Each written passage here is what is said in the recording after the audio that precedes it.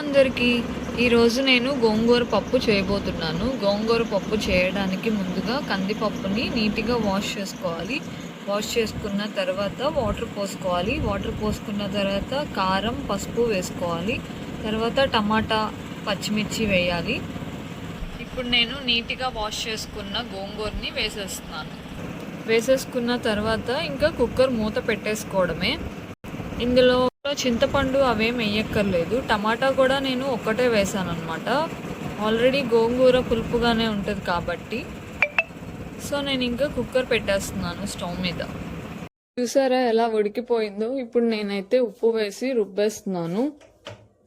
ఇప్పుడు పప్పులోకి తాలింపు వేసేసుకొని మంచిగా ఫ్రై చేసేసుకున్నాను. ఇది పప్పులో వేసేసుకొని కొంచెం వాటర్ పోసుకొని మంచిగా మరగనివ్వాలి పప్పుని. నేనైతే ఉప్పు సరిపోతే వేసుకున్నాను.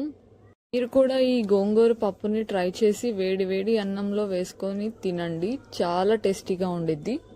అండ్ ఇంకా ఎవరైనా సబ్స్క్రైబ్ చేయని వాళ్ళు ఉంటే త్వరగా వెళ్ళి సబ్స్క్రైబ్ చేసుకోండి. ఒక లైక్ చేయండి.